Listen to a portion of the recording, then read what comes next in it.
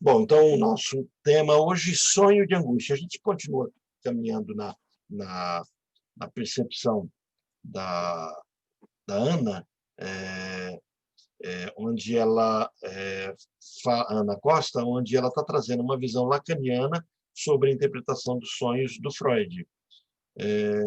Eu perdi, foi a tela de vídeo de todos.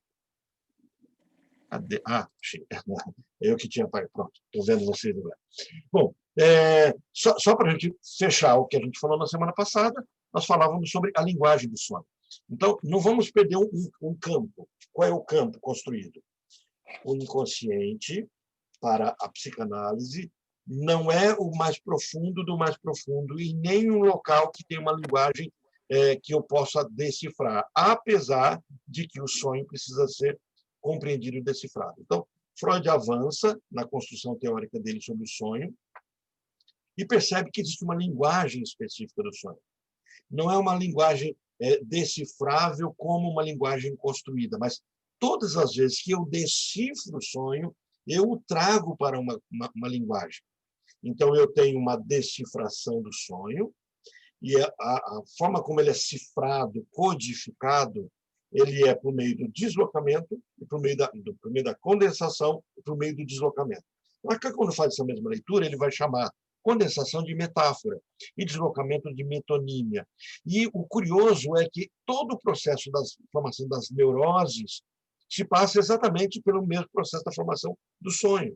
Então, o que se começa a perceber por meio da interpretação dos sonhos é de que, se eu conseguir desvendar o que está acontecendo com o sonho, eu consigo desvendar o que aconteceu com o sintoma. Então, o caminho tomado do inconsciente, do conteúdo inconsciente, para a consciência, por meio do sonho, é exatamente o mesmo caminho tomado para o sintoma. Então, se eu quero entender o que está vindo do inconsciente, eu tenho o caminho de decifrar o sintoma ou de decifrar o sonho. Então, o sintoma, muitas vezes, não é tão disponível para ser decifrado, mas o sonho é, porque ele é uma história a ser contada. Ok? Então, aí ela coloca para a gente algumas possibilidades de sonho, e o primeiro sonho que ela traz aqui é um que a gente chama de sonho de angústia. Vamos nos lembrar um pouquinho o que é angústia para a psicanálise. Primeiro, angústia é exatamente o fato de eu estar entre duas exigências.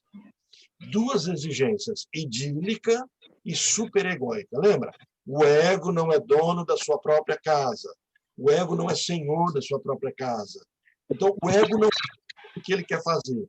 Ou ele faz acatando os idílicos do inconsciente, ou ele realiza algo, a palavra do ego é realizar, realiza algo ligado aos proibitivos e determinantes do superego.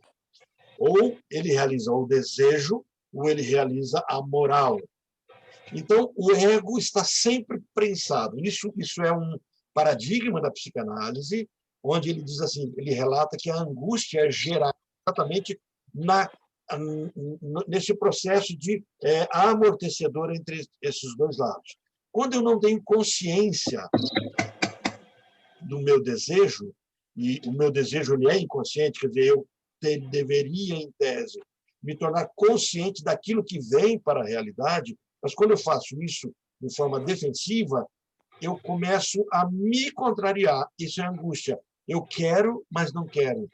E aí vem a frase famosa, você quer o que você deseja? Né? É a frase do Lacan, que o Forbes, inclusive, escreveu um livro com esse título. Você quer o que você deseja? Sonhos de angústias, eles são sonhos que alguém está batendo um martelo. Deixa eu multar todo mundo aqui. Não é multar, não, tá, gente? É mutar, do mute. Mas, assim, tirei já o som de todo mundo. Se alguém precisar falar, aperta a barra de espaço que ele já libera. Quando eu tenho sonho de angústia, eu tenho um sonho onde eu sofro. Sonhos de sofrimento. Sabe aquele sonho em que eu tenho aquele desespero, eu acordo agoniado, muitas vezes eu vou relatar isso como se fosse um pesadelo. A pergunta é, o que esse sonho significa? Por que essa pergunta tem que vir? Porque nós já aprendemos que o sonho é o guardião do sono. Então, é questionado para Freud mais ou menos assim.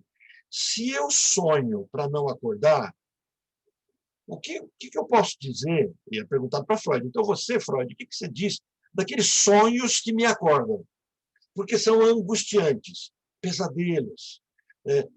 O que ele significa? Então, olha, a suposição de um inconsciente revelado, no qual o sonho constituiria um texto resultante de uma censura à realização de desejos, trouxe algumas dificuldades da análise ao autor. Quer dizer, o que nós estudamos na semana passada foi essa frase toda aqui.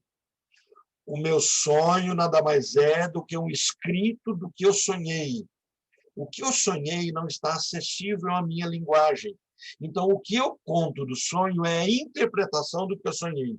Mas é uma interpretação, primeiro passo, distorcida por um motivo muito simples, porque eu estou lidando com figuras de linguagem, com metáforas e metonímias. Então, ele é distorcido por uma questão estrutural. Segundo, ele também é distorcido porque é uma forma de censura. Então, eu só consigo encarar o que eu sonhei se isso vier distorcido para que a censura do meu superego me deixe saber o que eu sonhei. Porque é como se, por exemplo, eu visitasse um lugar que eu não posso... Sabe quando você vai num parque e lá diz assim, daqui não se leva nada, não se tira nada, exceto foto, né? Você vai lá, você vai em qualquer bosque que você vai, qualquer reserva, né? Você vai aqui no Botânico, vai estar lá assim, daqui não se tira nada, senão fotos, né? Deixa as coisas no lugar, não pega pedra, tal. O sonho é exatamente isso. Do sonho você não tira nada, só que você pode dizer o que você viu lá. No Brasil, as audiências, os tribunais de júri, tudo, podem ser filmados. Nos Estados Unidos, não. Então, o que acontece? Existem os desenhistas. Então, como você precisa saber o que está acontecendo lá, o desenhista fica desenhando o que está acontecendo e pode relatar. Então, um repórter pode depois relatar o que ele presenciou. O sonho é isso. Você vai para um mundo onde dele você não pode tirar nada. E aí, quando você vai relatar, tem um censor. Aí você não pode contar, senão ele fala, cala a boca, não pode, isso não pode. Então, você tem que relatar a figura com uma historinha. Então, esse texto escrito, ele está pictografado. É isso. Isso é o que a gente estudou semana passada todinha. Aí, só que a autora está dizendo aqui, olha, só que essa proposta de Freud traz alguns problemas. Aí ela começa a dizer qual é o problema é esse. Olha, quando o desejo de sofrer existe, então, quando eu tenho um sonho de angústia, como é que eu resolvo isso? É porque existe um desejo, essa é uma saída. Existe um desejo de sofrer, masoquismo. Então, uma delas dizia respeito a sonhos onde o foco era o desprazer. Quando eu tenho um pesadelo, quando eu sonho que alguém está morrendo, que eu estou morrendo, que uma pessoa que eu amo está morrendo, se isso é realizar desejo, eu quero que essas pessoas morram, é isso? Então, uma das possibilidades ventilada por Freud no início é de que, de fato, eu queria sofrer. Então, onde o desprazer era o foco, sem que o mesmo fosse resultante da censura de um desejo encoberto. Então, Freud saiu-se por seu lado com o pensamento de que o desejo em questão poderia situar o sujeito como masoquista, onde o desprazer seria desejado. Isso é a primeira teoria de Freud, enquanto ele não tinha escrito ainda para além do princípio do prazer. Porque Freud vai ter uma nova percepção sobre as questões da pulsão. Ele vai amadurecer a teoria dele. Então, antes dele amadurecer a teoria, o primeiro ponto que ele tem é isso, uma sensação masoquista. Outro elemento que produziu desacerto nesse primeiro posicionamento freudiano eram os sonhos de angústia. A grande indagação que o autor se fazia era como é que fica a sua suposição do sonho como realização do desejo nesses casos. E então ele começa a ter dois desdobramentos interessantes que a gente vai estudar os dois. Os sonhos, a angústia no sonho e a repetição. Por que eu tenho angústia no meu sonho? Por que os sonhos me sufocam? E por que os sonhos se repetem? Eu tenho sonhos repetidos. Então, pode-se constatar duas proposições sobre a angústia na obra freudiana. Então, a gente vai ver as duas aqui. Primeiro, na primeira, subsidiária do suposto domínio do princípio do prazer no psiquismo, quer dizer, pressupondo que eu sempre busco o prazer, uma teoria hedonista freudiana, só que a gente depois vai aprender que prazer é distensão, né? A angústia, então, era pensada como uma espécie de escoamento. Então, ele coloca duas possibilidades. Quando eu estou tendo um sonho de angústia, é como se existisse dentro de mim algo que não está contido nos meus desejos, mas está lá. Sabe, quando você come alguma coisa, e o que você come precisa ser ou vomitado, ou por outro meio sair rápido, porque me intoxica. Então, tem um escoamento de uma libido não canalizada. Então, o meu alimento, ao invés de seguir os caminhos normais, eu começo a ter enjoo e coloco para fora. Então, o sonho de angústia seria uma realidade não digerida, ou, mais propriamente, não ligada a alguma representação que permitisse como substituta a realização do desejo. Então, eu tenho uma história, essa história não foi engolida, não está digerida, não é recalcada, deveria ter sido recalcada, e como ela não foi recalcada, o meu inconsciente precisa jogá-la fora, e aí ele fica vindo por meio dos meus sonhos. Essa é a primeira teoria que ele vai trazer. Então, assim, pelo recalque de uma representação pulsional insuportável para a consciência, a libido que a ela estava ligada ficaria sem suporte e seria transformada diretamente em angústia. Então, eu tenho uma cena recalcada, mas a libido ligada a essa cena, a questão da representação pulsional, que é trazido por Freud como capacidade de representabilidade, isso tem a ver com afeto, vocês já aprenderam sobre isso, sabem o que é afeto, que é a capacidade de representabilidade, né? E isso que me constrói as minhas neuroses. Mas, assim, essa capacidade faz com que a cena seja recalcada, mas a libido não foi recalcada. Então, aquela sensação vem, mas ela não tem mais imagens. Então, ela começa a buscar novas imagens para serem resolvidas. Então, como se percebe, o motor dessa ideia é o império do princípio do prazer, que precisaria promover, de alguma maneira, realização de um desejo. Né? Lembra, enquanto no sonho, eu tenho a realização de um desejo, agora, se ao contar esse sonho, esse desejo é um desejo sofrido, significa que isso resolveu algo que perdeu a sua carapaça. Eu estava vendo uma reportagem anteontem sobre grupo de caranguejos que estão saindo agora do mar, por essa época do ano, e todos eles com uma carapacinha. Eles vão e eles crescem, eles abandonam essa carapaça deles, essa conchinha que eles se emprestaram de algum outro bicho, e aí eles crescem, e quando eles crescem, eles precisam buscar uma nova casa para eles. E até eles falam assim para as pessoas não pegarem os caramujos, as conchas, como lembrança, porque os caranguejos vão utilizá-las. Né? A Leslie está saudando todo mundo aí. Boa madrugada. Né? Boa tarde, Leslie. Boa tarde. Meu lado sádico funcionando. Né? Então, pressupõe-se também um sentido econômico estrito. Né? A libido, lembra? Eu tenho a libido, a sensação de prazer, a libido é minha energia psíquica. Nesse primeiro momento, Freud não tinha teorizado a libido como função de vida e função de morte, depois ele idealiza isso, a gente vai estudar isso. Precisa de escoamento. Se este não acontece, provoca angústia. Então, eu tinha dois caminhos para escoar a libido. Na verdade, tinha três. O primeiro é recalcar.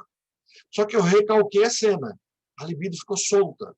Ela ficou solta, ela precisa vazar, escoar. Ok, ela pode ser gasta por sublimação, ou ela tem que ser resolvida com alguma nova cena.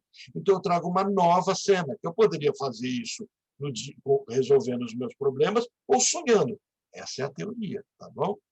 Bom, temos, então, aqui uma referência temporal, nós temos aqui uma referência temporal em relação ao recalque. Ó. É este que provoca angústia, ao qual surge como o efeito do recalcamento. Alguns pós-freudianos fundamentaram suas propostas teóricas nesse princípio. Lembra? Eu estou dizendo para vocês como isso avançou. Mudou, tá? Isso que eu estou dizendo não funciona só assim. Então, a primeira teoria sobre sonhos de angústia era essa. Eu tenho uma angústia porque existe uma cena recalcada que me traz angústia. A cena foi recalcada, perdida. Então, eu só tenho a angústia. É por isso que eu usei a ilustração do caranguejo, que vai para a praia para crescer, então ele deixa a casinha dele. Depois ele precisa procurar uma outra casa, por quê? Porque ele cresceu e agora ele vai voltar para o mar, com essa outra casa dele. Alguns pegam tampinha, pegam lata, pegam objetos, porque eles não fazem diferença entre objetos do mar e objetos que o protejam. Então, esse sonho nada mais é, essa carapaça nova, nada mais é do que um invólucro que cobre uma libido, que perdeu sua cena primária. Aí vem a questão, a cena primária talvez nunca mais seja recuperada, ela se perdeu no mundo do inconsciente. Então, eu tenho a cena secundária que protege essa libido. Essa é a primeira teoria. A gente vai ver que avançou. Já na segunda proposta, né, proposição, deixa eu, antes de eu caminhar para a segunda, está compreendida essa primeira teoria? Está claro para vocês isso?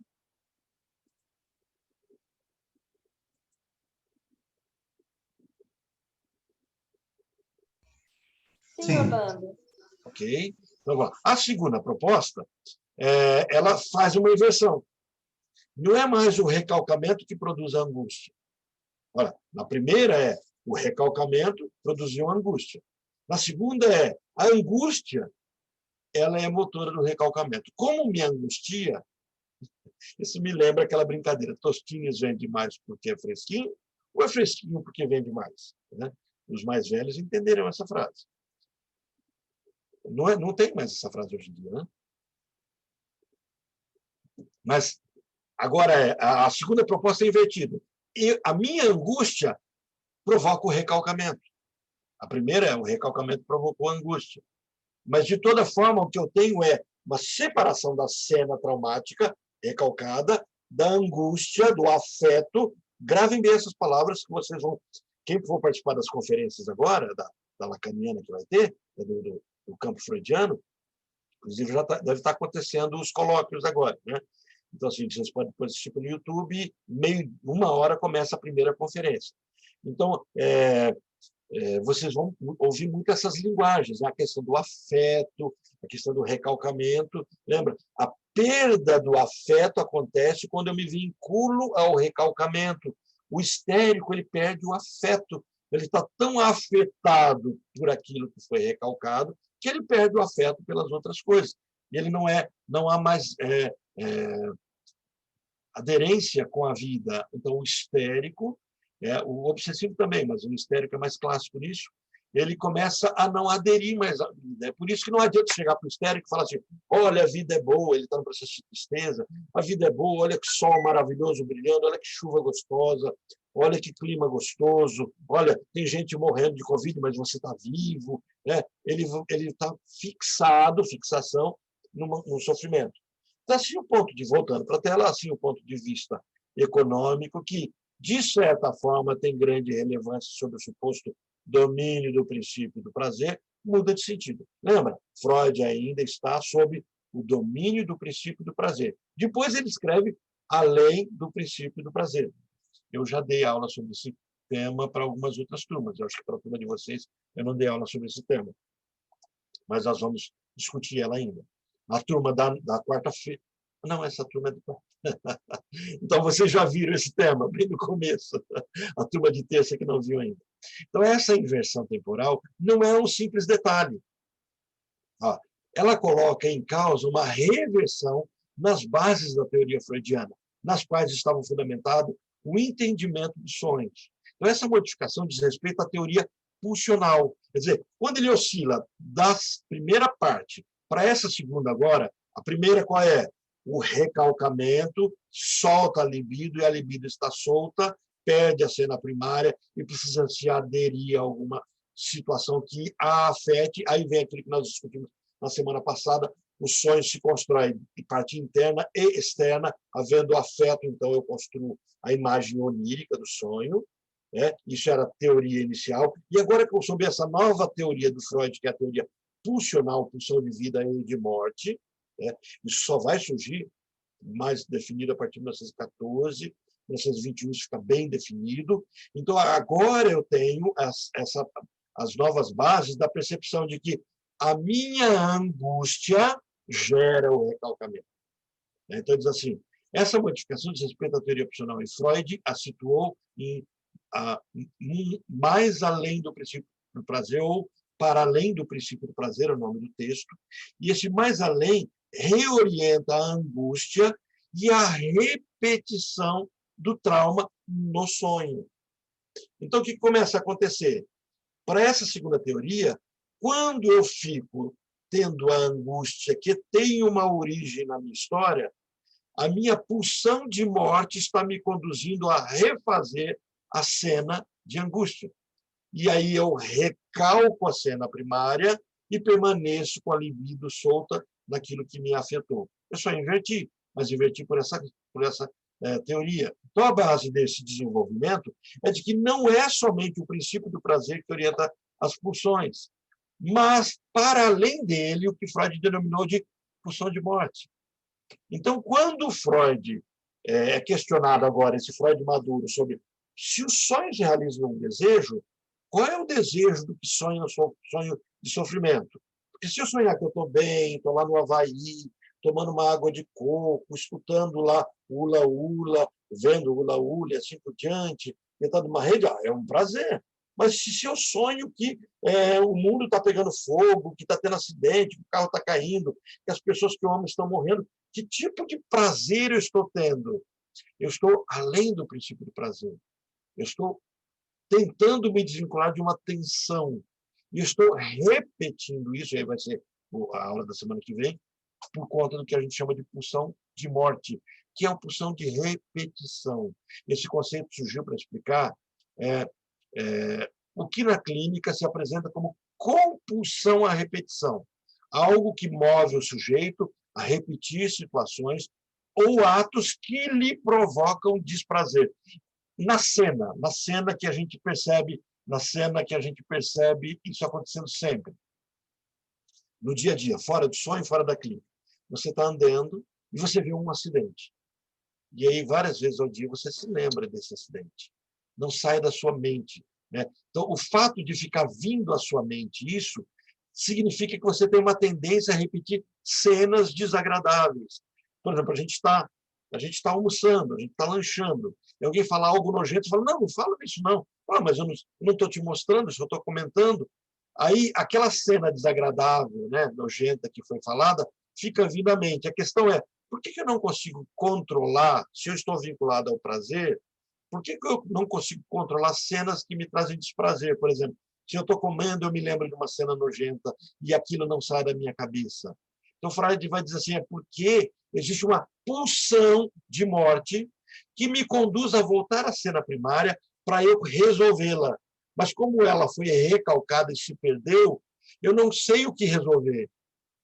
Então, é como se aquela cena que eu começo a falar de algo, agora eu já não sei mais do que estou falando, aquela situação de Alzheimer, aquela demência que a gente começa a ter, tipo, a gente começa a falar do assunto e se perde, não sabe por que está falando daquilo, é isso que o sonho de angústia representaria. Eu estou tentando resolver um problema, mas eu perdi o problema. Eu só tenho agora a linguagem do problema. O problema em si está recalcado. E eu começo como eu não tenho mais o problema para ser resolvido, eu começo a repetir. E é por isso que os sonhos de angústias eles são repetitivos no próprio sonho, não é só porque eu sonho outras vezes, não. O próprio sonho é aquela cena angustiante, né? Eu vou ter que dar uma aula, uma palestra, um encontro que eu vou ter amanhã, e no meu sonho eu começo a repetir aquilo. Como não foi resolvido, está recalcado, isso, a pulsão de morte me faz tentar resolver aquilo que eu estou fadado a nunca conseguir resolver. Então, algo que move o sujeito a repetir situações ou atos que lhe provocam desprazer, pulsão de morte. Então, assim, a repetição implica o determinismo da busca do sujeito por um para além do prazer. Essa busca interpela o sujeito nos próprios fundamentos da simbolização, quer dizer, para além do prazer tem a ver com resolver a angústia, mas a angústia é meu sintoma. Então, olha, como consequência dessa reorientação teórica, a angústia ganha outra abordagem do trabalho clínico. Por isso que eu disse, a gente ia estudar o sonho, mas estudando esse tipo de sonho de angústia, a gente vai perceber como é que se constrói a doença. Então, ao entender o sonho, nós entendemos a doença, entendemos o sintoma. Então, ela se apresentará, então, como uma condição necessária para a construção do sintoma. Como é que eu tenho toque? Como é que eu tenho procrastinação? Como é que eu vivo uma sensação de tristeza? como é que eu tenho dores no corpo que não tem uma explicação médica para elas, né? Como é que se construiu isso dentro de mim? Pelos mesmos mecanismos dos sonhos angustiantes. Quer dizer, eu construí. Olha, a pessoa da medicina germânica teria um orgasmo agora só dessa frase que eu dou. Eu construí minha doença. Então, assim, isso é o padrão que a medicina germânica vai trazer também, onde a doença é algo necessário para a minha história. Dentro da minha história, eu fiz essa busca. Então, se eu fiz essa busca, é muito interessante, porque eu posso desfazê-la. Então, isso não é uma sentença. Poxa, que azar. Então, quer dizer que eu sou desse jeito, porque eu mesmo fiz, então estou perdido? Não, é o oposto. Como eu mesmo fiz, eu posso desfazer. Porque se uma outra pessoa tivesse feito, eu estava na mão de outra pessoa. Se eu sou uma pessoa triste, e eu descubro que a tristeza vem porque eu busco a tristeza, e eu vivo essa tristeza para resolver uma coisa recalcada que virá na terapia, então, significa que, se essa tristeza eu construir, eu posso desconstruí-la. Mas se a tristeza vem porque alguém fez e eu sou vítima, eu estou frito. Por quê? Porque eu dependo do outro. Então, até fazendo um parêntese com a supervisão que a gente teve agora há pouco, a Priscila trouxe uma situação que eu não vou entrar em detalhe, a Priscila também não vai entrar em detalhe, só quem foi para a supervisão aqui pode saber disso, né? Vamos castigar lá na piscina de curiosidade quem não foi. Mas, assim, ela comentava uma situação onde uma pessoa se viu livre no processo da clínica, no processo do atendimento. E a vida mudou. Mudou por quê? Porque ela deixou de ser vítima. Ó, eu não sou culpado dos erros do outro. Eu sou responsável. Ó, é diferente. Eu sou responsável pela minha vida. E, sendo responsável, eu posso mantê-la escravo do outro, posso mantê-la, ou posso não mantê-la. Eu passo a ser dono da minha própria vida. Inclusive, para dizer assim, vou ficar do jeito que eu estou. Essa é a pergunta que foi feita por Lacan, o segundo Lacan. Joia, o que eu faço depois da terapia? Descobrir os meus problemas e por que eles são. O que acontece comigo? Aí Lacan disse, nada. E tudo? Nada, porque você não está obrigado a mudar a sua vida. E tudo porque você também não está obrigado a ficar com ela do jeito que está. Você está livre, inclusive para ser do jeito que você era. Isso é um terror para alguns psicólogos, né? alguns terapeutas que imaginam que você tem que ir para a terapia para mudar os seus problemas. Talvez não, você só tem que ir para a terapia para descobrir que os seus problemas são saídas, são soluções, e eles não podem ser resolvidos, né? Talvez você tenha que ficar com a faca no peito, porque se você tirar, vai ter uma hemorragia. Talvez você tenha que ficar com a bala na cabeça, porque se você tirar, você tem perda de identidade e de memória, né? Talvez você tenha que entender que você é desse jeito. Isso não te coisifica, nem te torna objeto do outro. Entenderam a libertação que acontece? Então, ela se apresentará, então, como uma condição necessária para a constituição do sintoma. Priscila, consegui castigar o pessoal que faltou na supervisão? Com certeza, Orlando. Não conta, deixa o povo ficar em desespero. É isso aí. Tem que provocar um desejo de participar da supervisão. Tem. De um jeito ou de outro, nem que seja pela curiosidade. Bom, voltando.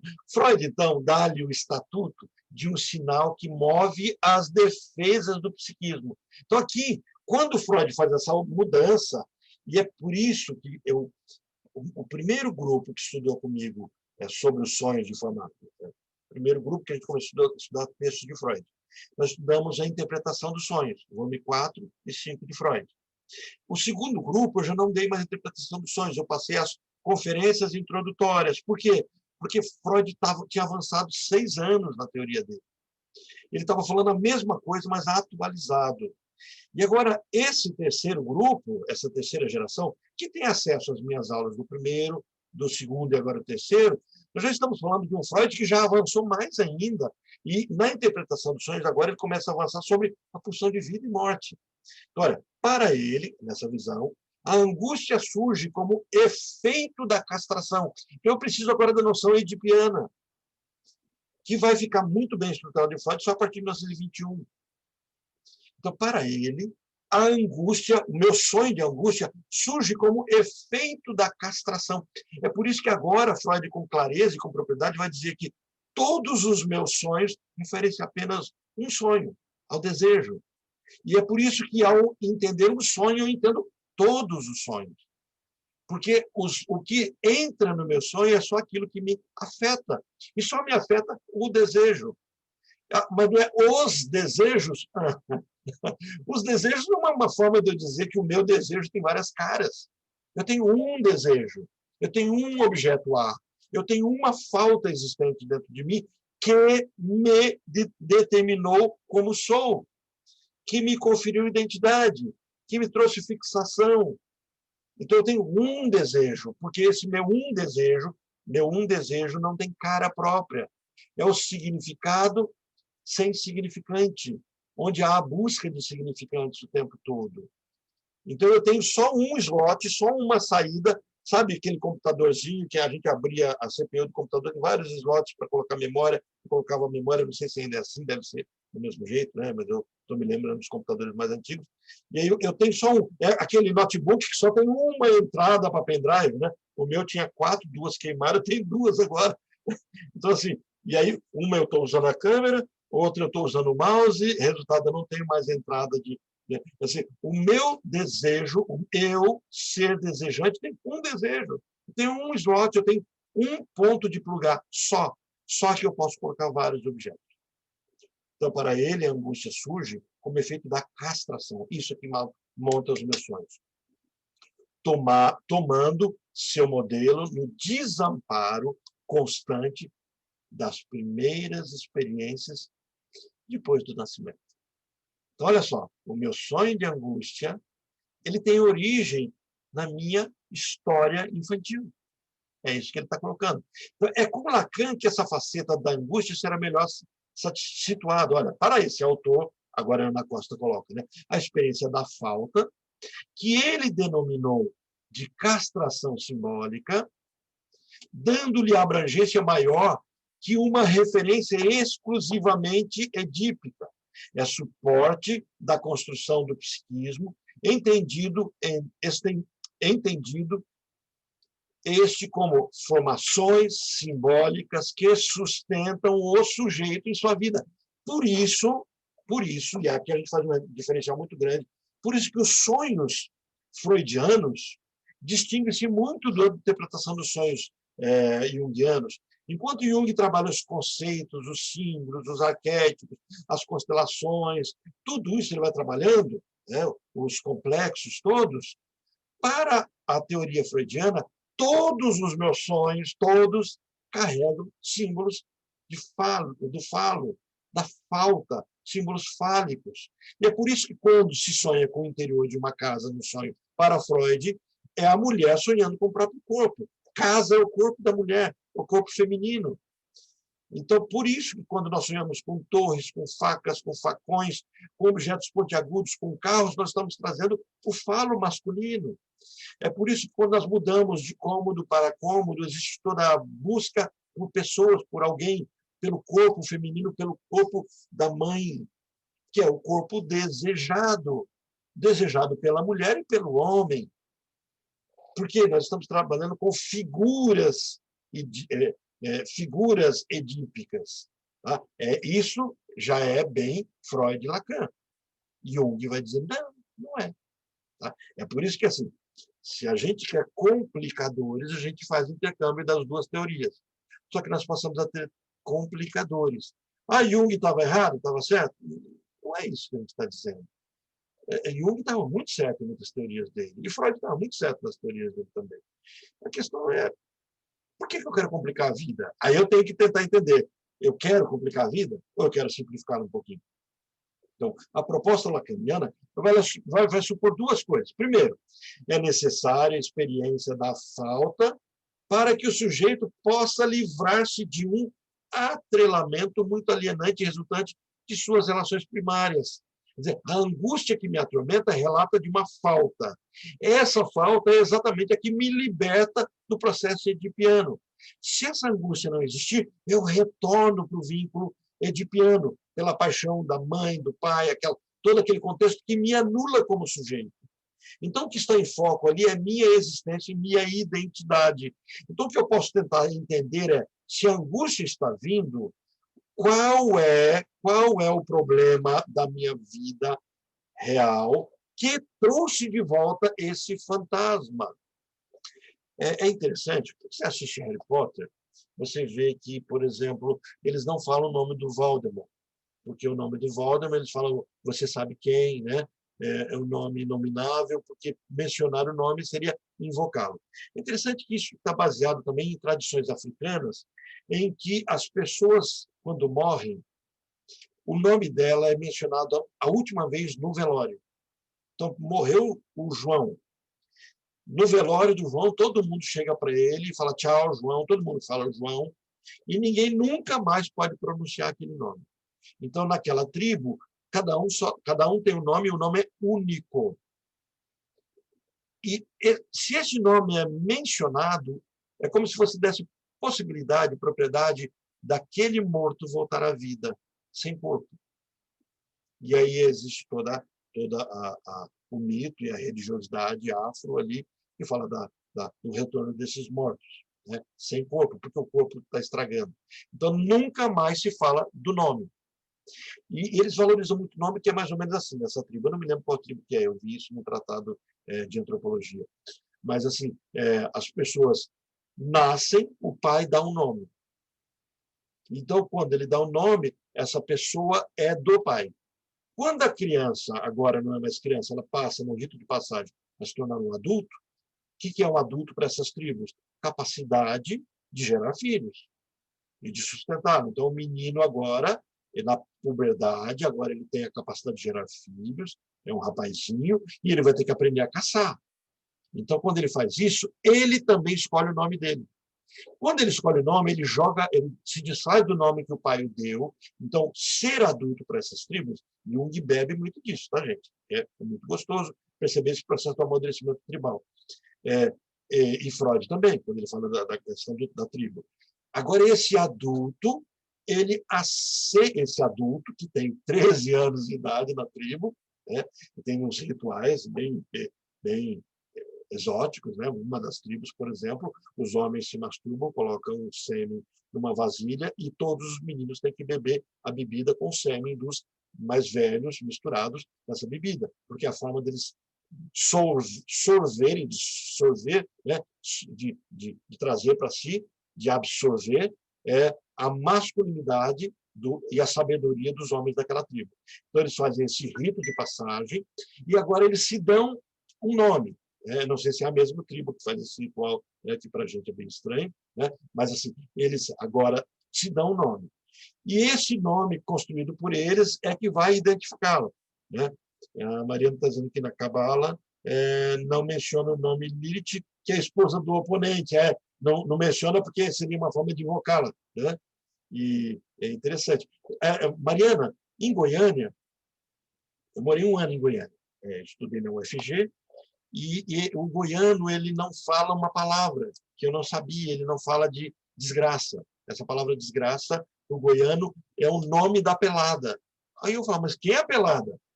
É a Lilith, é a mulher do diabo.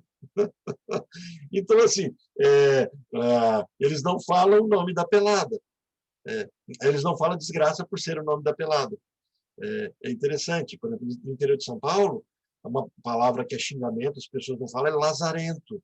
Né? Então, chamar alguém de desgraçado no interior de São Paulo não tem nenhum problema. Mas chamar de lazarento, meu Deus do céu, você chamou de leproso. Né? O lazarento tem a ver com o leproso nas falas, né, do interior paulista.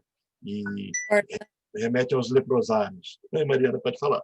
Não, e é interessante fazer esses vínculos, né? Igual esse ritual que você está falando dessa tribo, né? Do sêmen, é legal a gente perceber que também tem na espiritualidade, falando dessa questão da relação sexual, que essa energia, essa comunhão entre as duas pessoas, né, entre o homem e a mulher, ela vai reverberar assim dentro de você por no mínimo 6 meses, né? Depois que que você tem a relação.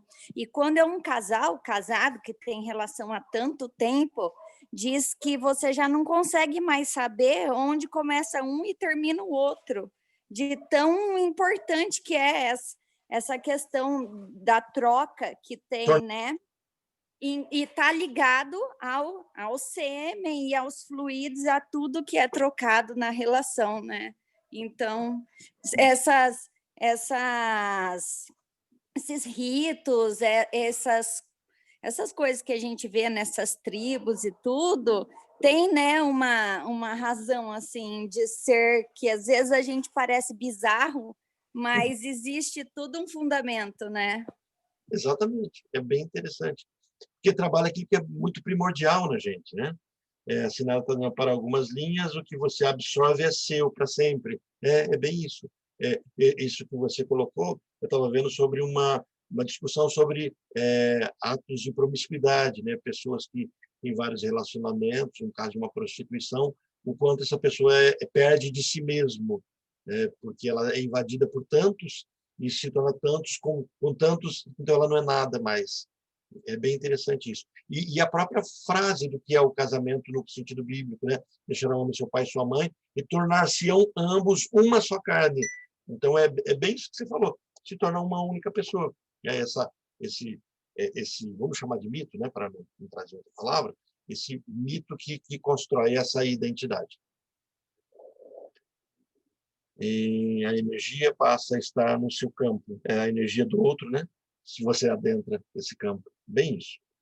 Então, voltando para cá, tudo bem? Querem comentar mais alguma coisa, Sinara e Mariana? Posso?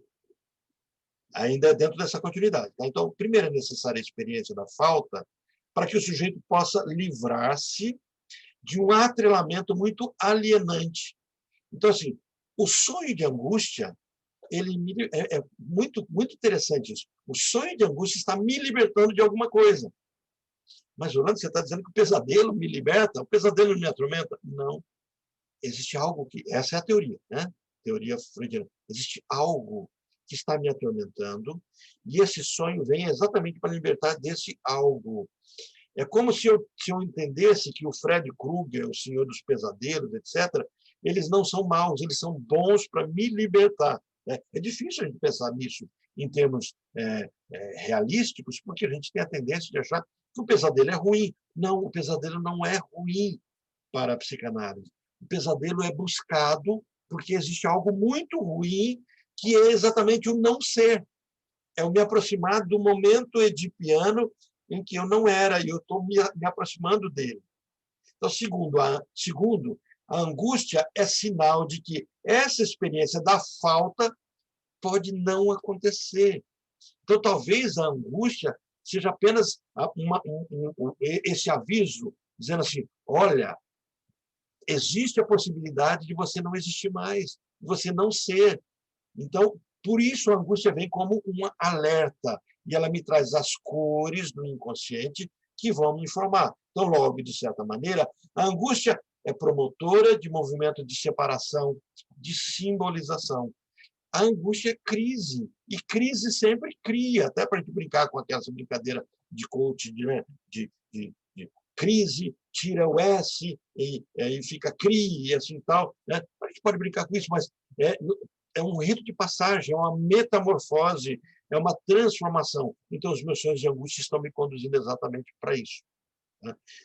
Filmes de terror têm algum tipo de função nesse sentido catártico de angústia? Não, completamente, completamente. Quando eu estudei sobre isso, é interessante, porque eu não queria que tipo, as minhas filhas queriam assistir um filme de terror. Ah, não assisto. Depois eu fui percebendo como são necessários. Se nós não permitirmos que os nossos filhos assistam filmes de terror na idade adequada, eles terão outros tipos de medo. A criança precisa de medo. Vamos voltar para a sabedoria antiga, né? Quando a gente conta conto de fada, é interessante que a gente acha que ele é lúdico, bonitinho. Olha que legal a história da Cinderela. Olha que legal, tão bonitinho, os ratinhos. Essa semana as minhas filhas estavam assistindo a Cinderela, um filme, né? Que houve um remake lá, tem um nome para isso, não é remake, tem um nome. como é que chama o nome que eles estão fazendo agora da repaginada dos filmes? Ou se alguém resgatar o nome, depois me fala. Mas aquela delicadeza dos ratinhos que viram live action, né? Live action, isso?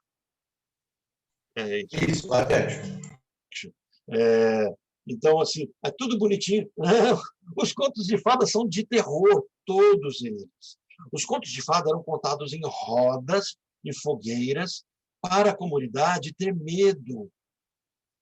E porque, ao vivenciar esse medo, a angústia não precisaria invadir o interior, porque era resolvido fora, e se resolvia vários problemas. Então, assim, quem não assistiu, assista A Menina da Capa Vermelha. Sabe? É a história do Chapeuzinho Vermelho, para você entender o que de fato é. Essa história bonita da menininha que sai da casa da vovó para visitar, sai da casa da mamãe com os bolinhos para visitar a vovó. É tão bonitinho, né? Não é bem assim, não. A história do Chapeuzinho Vermelho é aterrorizante. A Menina da Capa Vermelha, vocês vão ver isso, né? É uma história de perigo de incesto do avô. É a história da necessidade da menina retornar do seu comportamento edipiano, de tomar um caminho correto. Né? Os irmãos Grimm tornaram eles palatáveis, mas era contado como filme de terror. Hoje nós precisamos que nossos filhos assistam filmes de terror, porque isso dá ferramenta para eles lidarem com os terrores da vida. Eu estava atendendo uma pessoa essa semana, por curiosidade, e aí eu pedi para ele, eu perguntei sobre um filme antigo, né, se ele tinha assistido, e aí ele começou a dizer que os pais sempre proibiram ele de assistir filmes que espiritualmente tinham uma conotação ruim e que sempre foi proibido. Então, toda vez que ele assistia algum tipo de desenho, aí falou assim, eu estava assistindo o desenho Yu-Gi-Oh, acho que foi Yu-Gi-Oh, e aí aqui tem o Satã. Qual que é o filme que tem uma pessoa chamada Satã, mas é o Satã em japonês, né? Dragon Ball, isso, ele estava assistindo Dragon Ball, e o pai chega na hora que o cara está falando Satã, Satã, Satã. Aí esse filme é do diabo, não sei o quê, e proibiu o filho de assistir. E agora ele enfrenta angústias e não tem ferramentas, foi recusado para ele ferramentas. Então, assim, recusar filmes de terror, filmes de angústia, é deixar os nossos filhos sem algumas ferramentas que eles precisarão. Então, assistam filmes de terror quando estão com medo.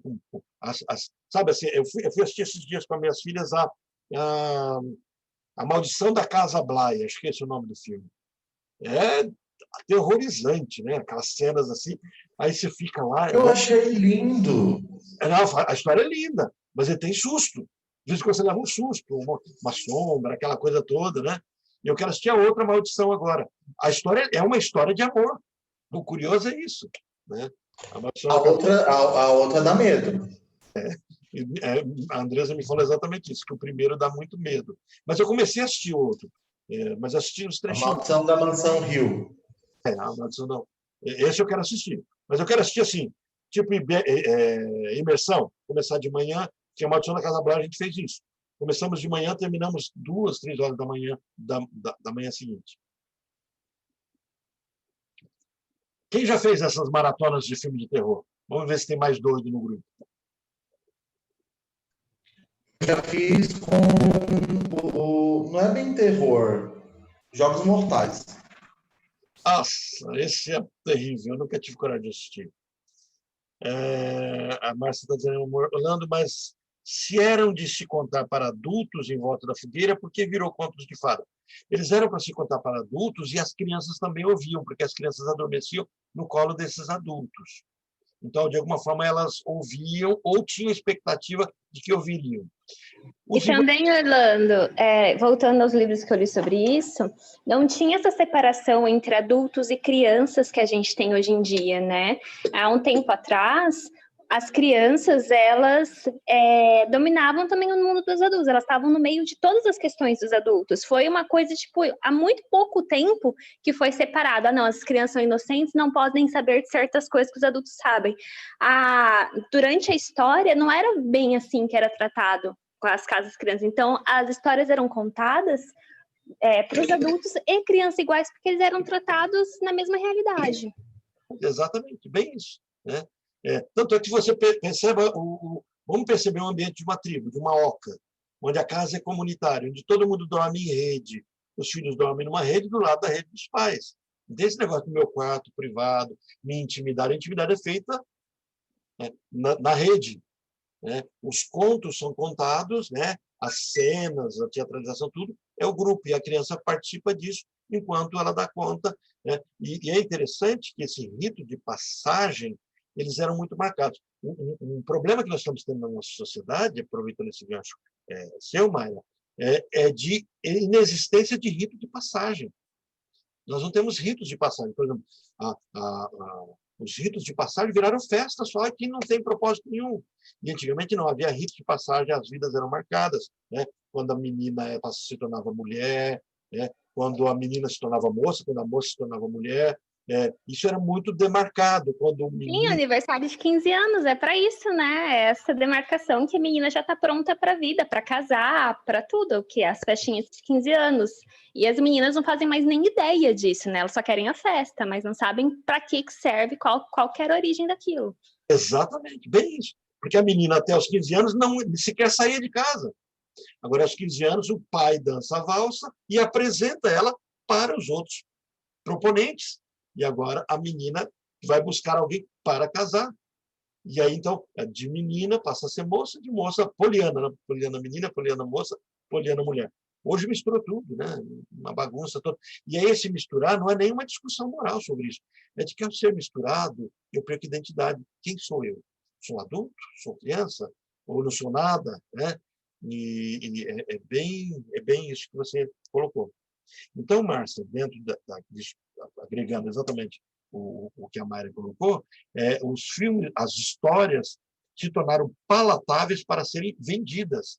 Então, os irmãos Green dão uma roupagem, mas a Disney dá uma roupagem melhor ainda, porque ainda os irmãos Green trazem, eles percebem que ele é menos agressivo. Como eles vão caminhando e descobrem um conto, que os contos eram orais. Então, por isso que você pega a Cinderela, tem a Cinderela francesa, tem a Cinderela alemã, tem a Cinderela inglesa, tem a Cinderela egípcia, né? Cinderela, para vocês terem ideia, Cinderela mata a mãe, gente.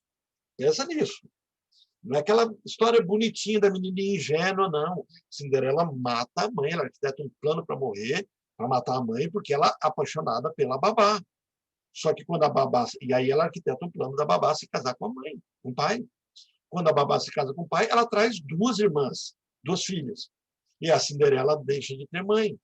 Só que a Cinderela, como ela é estrela do conto, existe uma fome no mundo, e aí ninguém pode fazer mal a ela, porque ela é a única pessoa que, espiando o seu pecado, o seu erro, poderá resolver o problema daquele vilarejo, daquela realidade toda.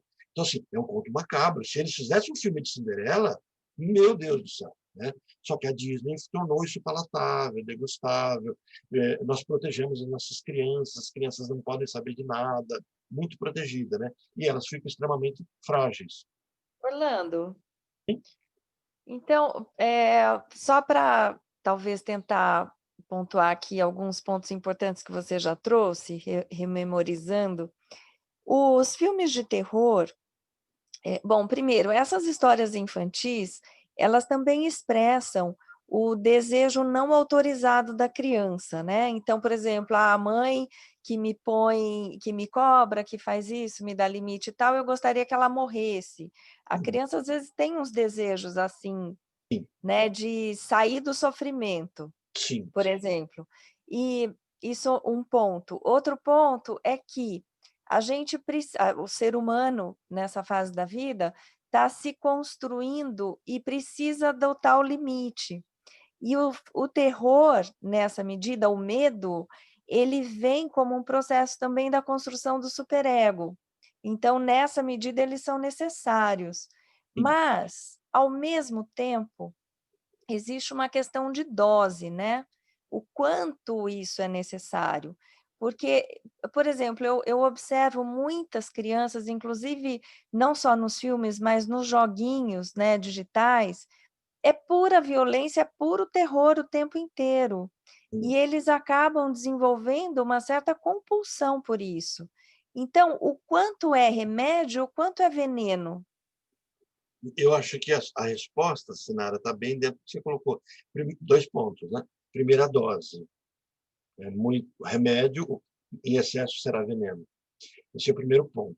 Agora, o segundo ponto que a gente precisa destacar é que o processo será compulsivo se algum adoecimento já está acontecendo antes. Por exemplo, uma criança sadia, expostamente sadia. O que é expostamente sadia? Ela está exposta às intempéries da vida, mas num ambiente saudável. Então, essa criança não gerará essa compulsividade. O Pois é, mas o contexto positivo. desculpa, Orlando, mas esse eu acho que é o problema, porque qual é hoje a criança que, né, assim, é muito, eu acho que a proporção hoje é cada vez menor de lares saudáveis. E aí essas crianças estão expostas a tudo isso ao mesmo tempo, sem ter tido condição, recursos internos para construir, né? Não sei se eu estou sendo muito cuidadosa demais, digamos assim, mas me parece que é uma situação bem preocupante essa. Eu vejo um contraponto nisso. Qual é o contraponto que eu vejo? A gente tem a utopia, a ilusão de imaginar que as crianças do passado eram mais protegidas, eram mais cuidadas, e as de hoje estão muito expostas. As crianças do passado, elas tinham mais liberdade, inclusive, de conhecer coisas piores do que hoje. Hoje nós temos muitas ferramentas, nós temos uma sociedade muito perversa, mas nós fragilizamos as nossas crianças. Nós tornamos ela muito de louça, em tudo, né? Inclusive para discernir sobre a sexualidade, sobre a agressividade, sobre a violência. Então, a gente incapacita a criança de ouvir sobre. Uma coisa é você deixar, você não trazer o segredo sobre. Outra coisa é você forçar. Então, por exemplo, forçar uma criança a presenciar cenas de sexo é abuso, completamente errado. Mas fazer de tudo para anular a compreensão da curiosidade da criança é um jeito de aleijá-la. Então, nós vamos os 2 caminhos acontecendo. Grupos Mas aí você está falando dos extremos, né? Eu tô... Uhum. Pode falar. Então, não, eu só estou pensando o seguinte, dentro do próprio olhar da psicanálise, né, a importância da presença da mãe, por exemplo, né, a autoridade do pai e toda essa condição que o Freud mapeia sobre a necessidade, né, de um ambiente que dê alguns elementos, alguma base para que os elementos da criança possam ser construídos, elementos de identidade, né, da criança possam ser construídos. Então, num momento em que a mãe está mais ausente, por questões de trabalho, sobrevivência, etc., os casamentos, né, divórcios são muito comuns, desde muito cedo. E, enfim, e a criança tem uma overdose de ofertas de games e filmes de terror e toda essa... Então, eu estou falando desse lado que é mais o veneno, né, acontecendo. Dentro dessas circunstâncias de um lar que não está exatamente construído, ou o ambiente talvez não seja tão saudável. Eu sei que, para algumas crianças, de alguma maneira, elas vão encontrar recurso para lidar com tudo isso. Uhum. Mas quando existe um excesso de oferta, né, um mercado que é muito voraz para chamar a atenção dessas crianças justamente para esse ponto, e uma ênfase desnecessária nessa violência, então os efeitos disso, né, quais serão? Então, o que eu proponho a gente pensar é de que essas ofertas sempre existiram e até foram mais agressivas no passado. Nós só somos mais sensíveis hoje. Agora, você tocou num outro ponto nevrálgico, a ausência das figuras parentais. O pai e a mãe estão trabalhando, e os filhos estão sozinhos, delegados à tecnologia.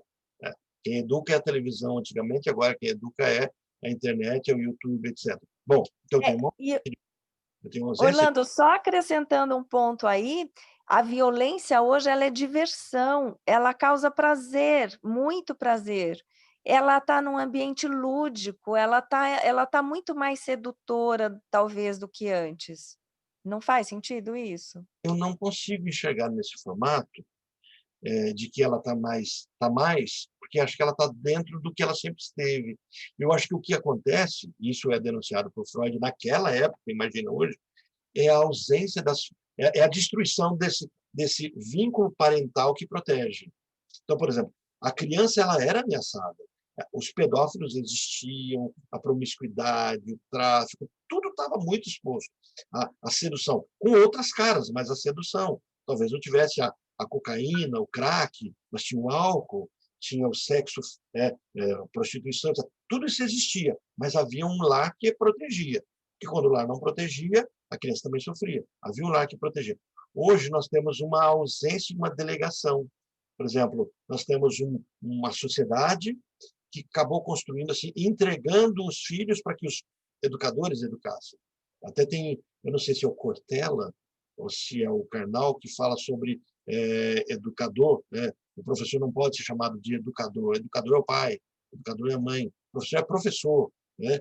E aí nós passamos por uma fase que eu me lembro, eu estava em Brasília, quando o Cristóvão Buarque dizia assim, Cristóvão Buarque foi reitor da UNB no período que eu estudei lá, um dos 2 anos, dos anos que eu estudei lá, acho que por 1 ou 2 ele foi reitor. E ele dizia assim, não sou professor, sou um educador. Como se fosse uma coisa linda, né? E isso, a nossa geração foi contaminada por essa fala. E aí acho que vem, eu volto a dizer, não sei se é o Cortella ou se é o Karnal, diz assim, educador é o pai, eu sou professor. Então, assim, essa sociedade que delega para o professor educar, isso é muito complicado, porque quem tem que educar é o pai e a mãe. Então, o que nós temos é as exposições que sempre teve, com a tecnologia do momento, com facilidades geradas porque o externo está invadindo a casa, e aí nós temos a ausência do pai e da mãe. Inclusive, no passado, mesmo ausente, o pai era presente. Mesmo ausente, havia figura edipiana muito forte ali. Não posso... Por que você não pode fazer tal coisa? Porque é pecado. Olha, a figura paterna estava ali. Hoje não tem mais, há uma ausência. O pai não tem autoridade para nada. A mãe não tem autoridade para nada. É mais ou menos aquela fala, qualquer coisa eu te levo para o conselho tutelar. Não sou contra essa postura de defender a criança de jeito nenhum, mas existe um certo exagero, uma destruição de autoridade paterna. Mas, Orlando, aí a gente entra na seara política, isso aí tudo foi conduzido, né? Sim, sim, sim, é uma condução. Eu mandei para vocês, não mandei acho que isso é da Porta dos Fundos, que aquele que tinha o talk show, não é o The Night, é o outro que tinha o talk show acho que foi com o SBT. Como é que ele chama? Me esqueci o nome dele. Mas não posso te ajudar, porque eu não assisto mais essas coisas. Nós tínhamos o Jô Soares, depois nós tínhamos o Gentili e o outro. Quem é o outro? O loirinho, que estava gordo, depois emagreceu. Porchat, será? Porchat. O Porchat faz um quadro que é bem isso, eu vou mandar ele para vocês. Mas o quadro, assim, uma mulher chega numa casa, Porchat, chega numa casa, bate na porta, a senhora fulano, aqui eu vim buscar Yasmin. É Yasmin? Yasmin, ela tem 5 anos. Tem. Mas eu vim buscar, você está sabendo que pela nova lei, a partir de agora, o responsável por educar a Yasmin, educar a Yasmin é o Estado. Ele falou, o Partido dos Trabalhadores. Assim, como assim? Mas eu avisei que isso é fake news. Não, é fake news. Então, é fake news o que você está falando. É verdade, é a lei, a partir de 5 anos que educa é o Partido dos Trabalhadores. Vim buscar ela e trouxe o Buiú para ficar com a senhora. Mas como assim? Aí mostra essa distorção familiar e você dá muita risada, mas é uma risada complicada. Ninguém tem direito de tirar a autoridade do pai. Gente, é tão complicado essa questão e não passa pela só discussão de gênero, essa ideologia toda, não. Passa pela discussão de quem é que tem direito à formação da criança. E para a psicanálise, a Ana Freud tinha um cuidado tão grande, e o Freud tinha um cuidado tão grande, que eles sequer faziam terapia com criança. Eles faziam com os pais. E a escola Ana Freudiana começa a fazer terapia com as crianças na presença dos pais, para não destruir a autoridade do pai. porque é muito frágil essa autoridade.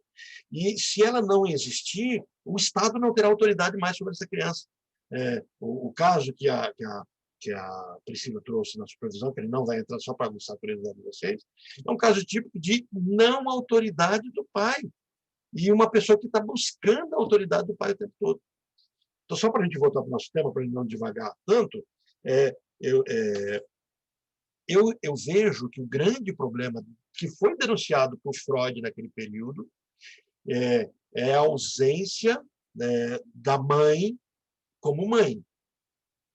O problema é que, quando você coloca isso, você traz um peso muito duplo sobre a mulher, porque a mulher já sofre, ela está tendo que ser, nessa sociedade nossa, mãe, pai e sustento.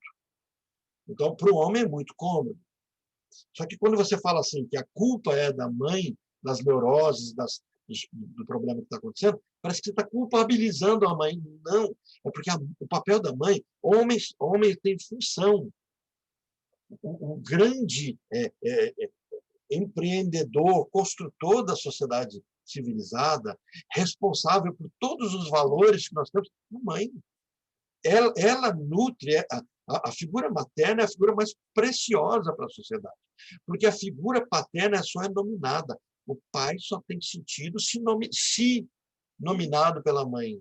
Agora, quando você empodera a mãe, desobriga a mãe de reconhecer o pai, esse ato social que parece lindo, libertário, libertador, estruturalmente ele quebra uma estrutura, porque a estrutura é construída por uma mãe que nomeia o pai.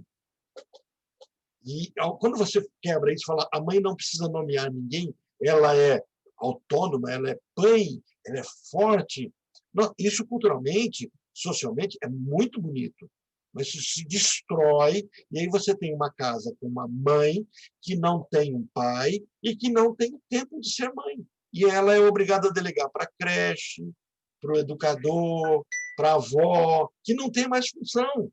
A avó deveria ter função simplesmente de colo, de sustento, de passagem de tradição, e hoje a avó passou a ser a babá, que não tem autoridade. Percebe? Então, isso está construindo, só para a gente fechar esse cenário, dentro dessa exposição enorme de perversão que existe, mas que também existia no passado. Agora, o que nós estamos tirando, eu acho que a gente não está intensificando o mal, a gente está perdendo as ferramentas de conter esse mal de entrar nas nossas casas. Então, nossas casas estão sendo violadas com nossa autorização. E assim, nós não estamos exercendo essa autoridade de castração. Nós estamos tirando a autoridade paterna, e a autoridade paterna é construída em função da mãe. O papel é da mãe, a função é do pai. E a gente está destruindo tudo isso.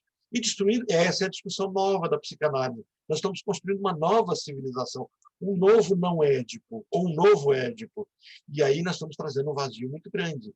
Pessoas borders, muitos borders acontecendo, ou comportamento borders, perversões enormes, pessoas perversas, enquanto os perversos era um grupo, agora nós estamos tendo uma corrente de pensamento sem valores reais, mas com muito valor, muita gente com muito direito, sem um direito, muito casuísmo. Ok? Deixa eu avançar na tela, porque esse tema é muito fértil. E eu acho que seria um tema para a gente trazer como discussão específica também. Eu acho que é extremamente útil. Bom, gente, voltando na nossa tela, olha, essa frase aqui é a frase que eu tenho numa camiseta, eu podia até ter colocado ela hoje, para mostrar para vocês, mas a angústia é a falta da falta. Então, assim, só existe angústia se a falta não existir. Se eu dou tudo, até pegando um link que a Sinara colocou, o menino tem tecnologia, por exemplo, a criança hoje em dia, ela começa a chorar, você coloca um tablet na mão dela, um celular, para ela parar de chorar. Você não deixa ela sentir falta. Ela manda na casa, ela tem direito... não sei se vocês já viram um estudo, por que uma das teorias... Orlando, lembra daquele daquele vídeo daquela moça lendo uma historinha da falta? Lembra? Sim, Você mostrou para nós uma vez? A falta, né? Acho que é o nome. É um livro. Se alguém achar... Ela lê o livro e ela se... Bom, não vou contar o... Não, se alguém achar antes, o William conseguir achar, por exemplo, está para o grupo, se não me lembro depois, eu busco para vocês. Isso que a Leslie está mencionando. É bem isso. É uma pessoa que sai procurando tampar a falta, quando acha a tampa da falta, descobre que agora, estando completa, existe uma angústia muito grande, ela não é alguém. E ela descobre que precisa... você tem os livros, William, dele? Manda depois a foto da capa dos livros para a gente. E é isso é que Lacan coloca. A angústia é a... Mas aquele vídeo é ótimo, né? O vídeo. O vídeo é muito bom, muito bom. Inclusive, tem um apresentando um desenhozinho, né? Isso. Ela vai lendo e vai apresentando os desenhos. Quando, voltando até a história do medo vinculado a isso aí, o Capelato conta uma cena bem interessante de um homem que está com seu filho, o filho adotivo, ele está com seu filho deitado na cama, e o filho está com medo de dormir. Ele diz assim, pai, eu estou com medo. Aí ele diz assim, então o pai está deitado com ele na cama, pondo ele para dormir. Ele vai dar um beijo de boa noite, contar a historinha, e vai deixando na cama. Ele diz assim, não, eu não quero dormir sozinho. Por quê? Porque eu estou com medo. E aí o pai diz assim, medo de quê? E ele diz assim, eu não sei. Aí o pai fala, então eu vou te contar. Quando eu era criança, eu tinha medo, e ele conta o medo dele. Depois que ele conta o medo dele, é contar um filme de terror.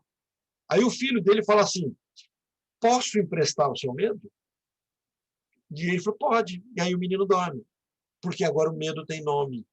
Então, quando eu assisto um filme de terror, o medo que eu tenho tem nome. Fred Krueger, a Mama. Alguém assistiu a Mama? A William colocou o link para a gente no videozinho. Só o nome me deixou com medo já. O filme é lindo e assustador. Meu Deus. Acho que é a Mama o nome.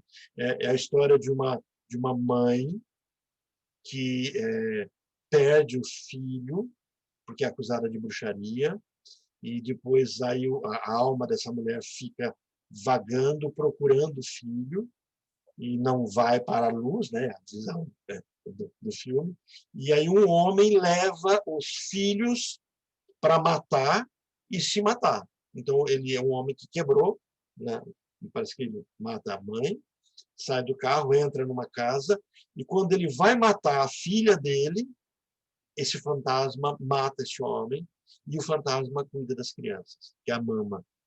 Então, assim, é muito... O filme é aquilo que o William falou sobre a Maldição da Casa Bly, né? O filme é aterrorizante, você leva sustos. Por outro lado, ele traz muito do amor e do amor possessivo. Quer dizer, em nome do amor, esse fantasma só queria a filha e começa a matar pessoas, e matar anular a própria vida dessas filhas que ele começa a cuidar por conta desse amor tão doentio. Quem quer assistir um filme de terror para levar um susto, né? Isso é emprestamento. Se você deixa o seu filho assistir, e eu me lembro quando eu escutei essa palestra do Capelato, eu tinha proibido as minhas filhas de assistir a Annabelle. Não, vocês não vão, se elas queriam assistir a Annabelle no cinema, só a maior dela podia assistir, mas nova não. Não, se vocês forem é diferente, eu não vou pagar para assistir um filme terrível desse.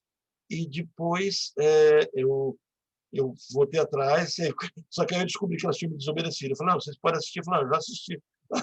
Não tinha ido ao cinema escondido, mas tinha assistido na casa de alguém ou em casa, uma coisa assim. Então, deixem as crianças emprestarem medo. Eu acho que vale a pena emprestar medo. Tá? Voltando, então, a falta que a falta faz, o William mostrou o link para a gente, mandou para a gente agora umas figurazinhas sobre, acho que é o livro, né, William?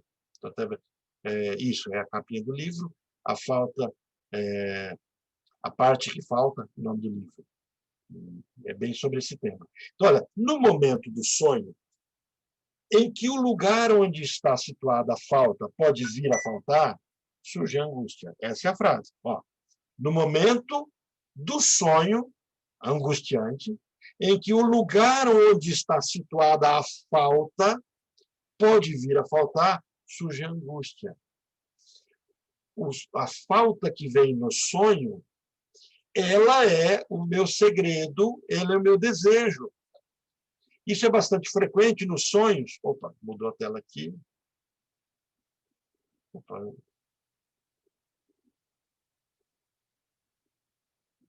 aconteceu algum fenômeno aqui, um poltergeist tomou conta do meu monitor. Deixa eu ver aqui.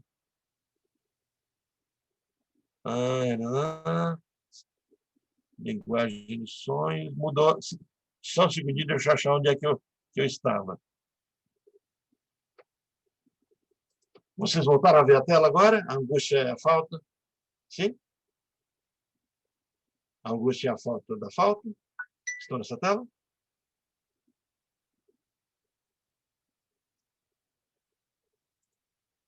Bom, eu imagino que sim, é porque eu dei um pânico geral no meu computador, um poltergeist tomou conta do meu... Deixa eu parar até aqui o compartilhamento, que eu acho que... Deixa eu voltar para lá.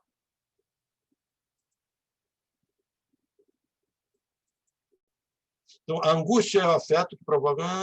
Cadê?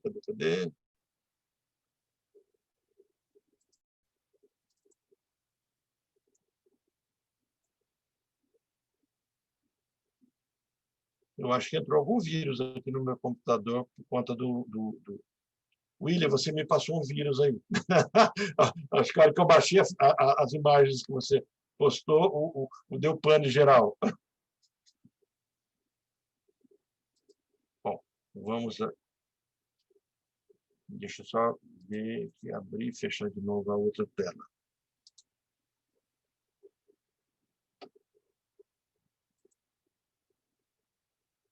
Aqui.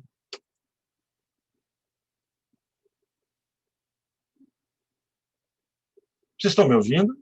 Todo mundo ficou em silêncio e eu acessei a tela aqui. Estamos sim, Orlando.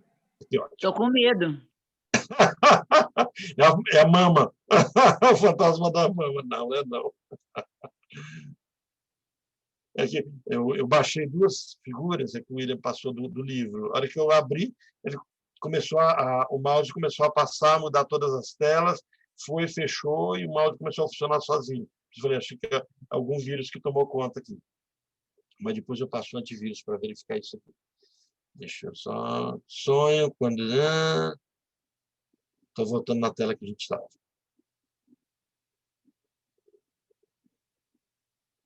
Ok, acho que voltei. Agora eu vou compartilhar com vocês.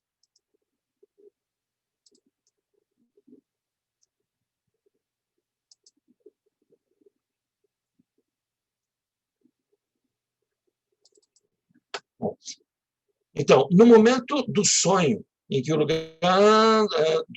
lugar onde está situada a falta pode vir a faltar, surge angústia. Isso é bastante frequente em sonhos fóbicos, nos quais se repetem os principais promotores de angústia de quando o sujeito está desperto. Então, seja em relação a animais, ao espaço, a movimentos corporais. Os sonhos fóbicos são sonhos de angústia. Coisas que eu tenho medo. Se eu tenho medo de aranha, se eu tenho medo de rato, se eu tenho medo de barata, se eu tenho medo de lagartixa, isso começa a entrar no meu sonho, começa a avançar, e ele representa, ele evoca, lembra a falta que eu tenho. Então, os mecanismos resultam de uma tentativa de subsumir elementos heterogêneos como são corpo e linguagem. Então, é como se agora, o que Lacan está propondo é que os meus sonhos tentam juntar o meu corpo, mas qual corpo? O meu corpo real, o meu corpo que eu construí na minha mente. Lembra, o meu corpo construído é que, de fato, é meu corpo, e entra o processo da psicose, o psicótico não tem corpo construído, e a linguagem, o que eu falo do meu corpo. Então, tentativa é essa, que busca jogo de equivalência e substituição. Quer dizer, o que da minha angústia interna, que me falta na construção da minha identidade, na minha castração, equivale com a vida de vigília, e aí ocorre o processo de substituição. O afeto entra em foco. As principais balizas que suportam o nosso corpo, quer dizer, aquilo que me ancora na minha identidade, na minha imagem que eu criei de mim mesmo, diferenciando-o no espaço, suportando-o no movimento em relação ao outro, aos animais, entram em causa nas formações fóbicas. Quer dizer, aquilo que entra como fobia no meu sonho, nada mais é do que aquilo que me constrói. É como se eu estivesse com medo de completar a falta. Por isso que ele diz assim, que o medo de faltar a falta. Vou falar de novo, para não ficar confuso. É o medo de faltar a falta. Então, a fobia não é o medo daquele objeto, mas aquele objeto representa algo que deve faltar em mim para que eu o busque. Então, a angústia é um afeto que provoca um movimento para essa diferenciação. O meu sonho de angústia só está vindo para mim para me denunciar, para me contar o que de fato eu estou buscando. Então, o sonho de angústia acompanha toda uma vida, mesmo que possa ser mais frequente em alguns períodos. Sempre teremos sonhos de angústia. Criança tem muitos sonhos de angústia, mas que são sonhos infantis. Então, eles não vêm com tanta, não vêm tanto marcado pelas trocas de imagens. Tem até um capítulo de Freud, ele trabalha assim, o sonho infantil. Diz assim, o sonho infantil é fácil de ser interpretado. E o sonho de adulto já está defendido, codificado, tem mais densidade. Então, os sonhos de angústia que nós temos o tempo todo, que não tem que nos preocupar, pelo contrário, nós temos que enfrentá-los, costumam provocar o despertar com alterações corporais. Então, suores, taquicardia, etc. Tudo isso me traz angústia. Então, apesar de suas construções serem singulares a cada sujeito, o sonho de angústia meu não é o sonho de angústia de uma outra pessoa, encontramos repetições de sonhos típicos, como alguns que parecem bichos, insetos, por exemplo, ou nos quais a pessoa não consegue movimentar-se, como se ela tivesse com o corpo paralisado. A pessoa sonha e tenta acordar e não consegue acordar. Aí você vê a pessoa gritando ali, você vai lá, acorda, né? Nossa, eu estava querendo acordar, não conseguia acordar. Então, essa angústia precisa ser resolvida. E se você leva isso para o divã, você resolve não o sonho, você resolve o que o sonho te entrega. Por quê? Porque aquelas imagens estão te contando de alguma coisa.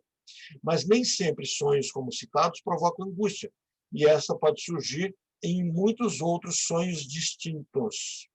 Ok? Bom, isso aqui já é tema da semana que vem, não vamos entrar, vou interromper a tela agora, vou deixar para a gente conversar um pouquinho, para vocês falarem das dúvidas e dos questionamentos sobre esses sonhos.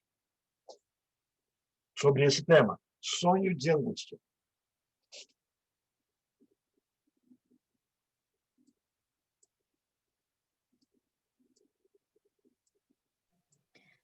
Orlando, e adultos que têm sonhos bem literais?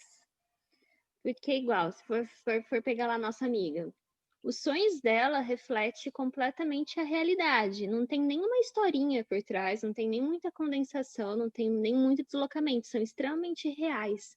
O border de um... O que seria? O superego dela não está filtrando? O que está acontecendo? O border tem um pezinho onde? Ele não é, mas ele tem um pezinho onde? Ah, na psicose, né? O psicótico, se ele sonha, é concreto. Então, assim, o superego não dá conta de bloquear. É por isso que a angústia é enorme, porque ele reconhece, ele faz aquilo que ele mesmo recrimina. Então, por isso, os sonhos são sonhos mais concretos. Porém, tem um outro detalhe que acontece também. Quem usa antipsicótico e quem usa medicamentos, né, o Rivotril da vida, alguma coisa assim, sonha muito. E como esses medicamentos afrouxam o superego, os sonhos vêm descodificados. Eles não precisam de tanta codificação, porque eu estou com... e principalmente, se eu bebo, o meu superego não está monitorando. Se eu durmo e eu estou bêbado, eu acordo ainda de ressaca, o meu superego ainda está bêbado. Resultado, eu não preciso, ao contar, disfarçá-lo. Então, assim, os meus sonhos se deformam por censura onírica.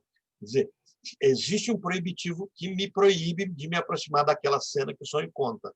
Mas e se eu relaxei esse superego? Ou por bebida, ou por medicamento, ou por estrutura? Aí, então, os sonhos não precisam ser deformados. Aí eles carregam muito. Então, o que a gente percebe é que talvez tudo está afetando ela, tudo de fora, entregando. Aí você vai ter que, nesses sonhos, procurar os detalhezinhos mínimos, o que a Freud chama de insignificante. Não, porque o sonho ele fala realmente a realidade do maior medo ou do maior desejo, mas assim, não tem nem muito o que codificar, tá na cara ali, tá na cara.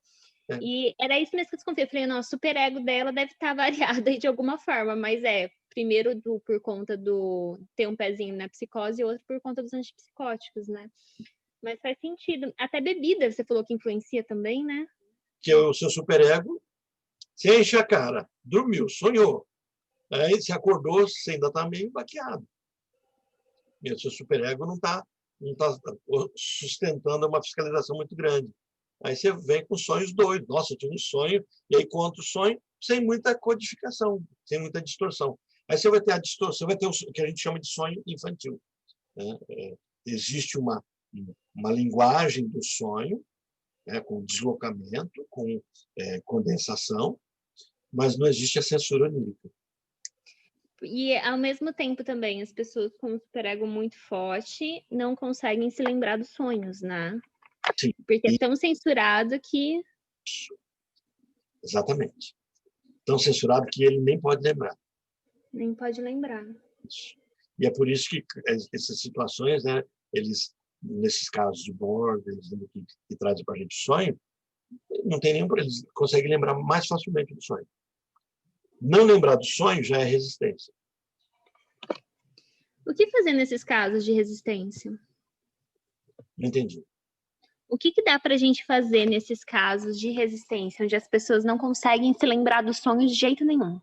São duas situações. Você pode dar técnicas para a pessoa lembrar do sonho, então, conscientemente, ela vai fazer algum formato, aquele formato hipnótico de você sugerir que a pessoa tome um gole d'água antes de dormir, diga para o inconsciente assim, eu vou sonhar, eu vou lembrar do meu sonho na hora que eu terminar de tomar esse copo d'água. Aí a pessoa, se ela fizer o ritual, esse ritualzinho, ele não é mágico, ele é sugestivo. Ele só mostra que a pessoa, de fato, está cooperando. Se a pessoa, eu esqueci de fazer, está provado que ela não quer lembrar do sonho. Por exemplo, você passa essa tarefinha, você vai sentar, vai tomar um gole d'água. Já viram essa tarefinha? Né? Você vai tomar água, você vai dizer assim, amanhã, na hora que eu tomar de novo o segundo gole d'água, eu vou lembrar do meu sonho. Aí você chega para o seu paciente e fala, você fez... eu acabei não fazendo. Ela não quer lembrar disso. Então, você vai tentar ver com ela porque ela está resistindo. E aí você pode começar o trabalho da livre associação. Só por palavras, por falas. Você pode montar um sonho vazio. O que é montar um sonho vazio? A imaginação ativa é a montagem de um sonho vazio. Você constrói um sonho sem muito conteúdo. Por exemplo, um sonho básico. Você está caminhando para algum lugar, quer chegar em algum lugar e encontra um problema no caminho. Você trouxe um roteiro vazio. Você não disse que lugar, não disse como é o caminho, você não disse para onde a pessoa vai. Aí você pede que a pessoa feche os olhos e conduz ela. Você estava andando por um caminho, me conta um pouquinho como é esse caminho. Aí a pessoa deixa as imagens se construírem. Você começa a construir sonho vazio, ele vai usar a linguagem do inconsciente e você fabrica um sonho. Ele não tem o mesmo valor de um sonho de verdade, mas ele é uma forma de você trazer conteúdos oníricos para fora. É artificial. Porque a resistência, ela age de uma forma muito forte, né? Porque tanto em sonhos quanto nas outras áreas, é uma falta que ele não vai poder olhar, é um desejo que não está dando para olhar ali. Então, às vezes, não é só no sonho também que tem essa resistência, você tem em todas as áreas, né? Que é para aliviar o id, até por questão disso que vem o sofrimento. Sim. Daí, até essa parte de não fazer o ritual para não sonhar, ou às vezes está ali tentando imaginar, mas está bloqueando a própria imaginação para não conseguir chegar em nenhum lugar. É um medo de acessar o desejo, né? Um superego medroso, colocamos assim. Não é um superego medroso, é um superego forte. Ele não é medroso. Ele está fazendo o papel... O superego, o papel dele, ele anula você. Ele fala assim, você não é competente para saber isso. Quando ele recalca, você vai sofrer muito, isso é muito forte para você. Então, ele recalca, ele joga para o recalcado. Só que ele joga para um espaço, algo que não é do recalcado. Então, fica tentando voltar. Volta nos sonhos e assim por diante. Então, quando o processo de resistência começa, significa que por exemplo, você pode sempre resgatar a cena anterior. Qual foi o último sonho? Então, se a pessoa te conta, já contou algum sonho. e ela não lembra do sonho, volta ao sonho que ela contou. Fala, vamos lembrar daquele. Conta para mim de novo aquele sonho. Algumas situações você vai perceber, eu já tive essa experiência, e quando a pessoa está contando o sonho antigo, ela se lembra de um sonho novo. Fala, eu lembrei agora, porque é parecido. Porque, na verdade, todos os sonhos... sabe formigueiro? Você tem vários formigueiros, várias saídas do formigueiro, mas o formigueiro é o mesmo. Você tampa uma saída, ele sai para outro lugar. Uhum. Então, aquilo que você identifica como formigueiro, na verdade, não é o formigueiro, é a saída do formigueiro. Por isso que você fecha ali e sai no outro canto, porque o formigueiro está lá debaixo da terra. Pensa no sonho nesse formato. Só temos um sonho, e ele sai. Se você não tem esse local mais, procura onde tem. Bom, eu não me lembro de nenhum sonho. Ok, então vamos nos lembrar do sonho. Aquele sonho que você me contou, aí a pessoa começa, qual? Sonho tal? Bom, me conta ele de novo. E quando você começa a fazer a sessão com base naquele sonho, talvez você engane e aí a pessoa lembre de outro sonho. Porque olha só o que Freud coloca na interpretação do sonho, no livro dele e nas conferências. Primeiro passo. Quando eu conto o meu sonho e eu não sei interpretar, Freud diz assim, eu sei a interpretação, só que eu não sei que eu sei. E como é que ele diz assim, como é que você rompe isso? E ele conta um exemplo, ele diz assim, um exemplo que aconteceu com Bleuler. Bleuler? Não, com Janot. Janet é o procurador, com Janet, onde ele diz assim, você sabe a interpretação. Então, basta você forçar. Então, de Freud diz assim, se você forçar, o próprio sonhador sabe que sabe. Ele só não sabe que sabe, mas ele sabe a interpretação.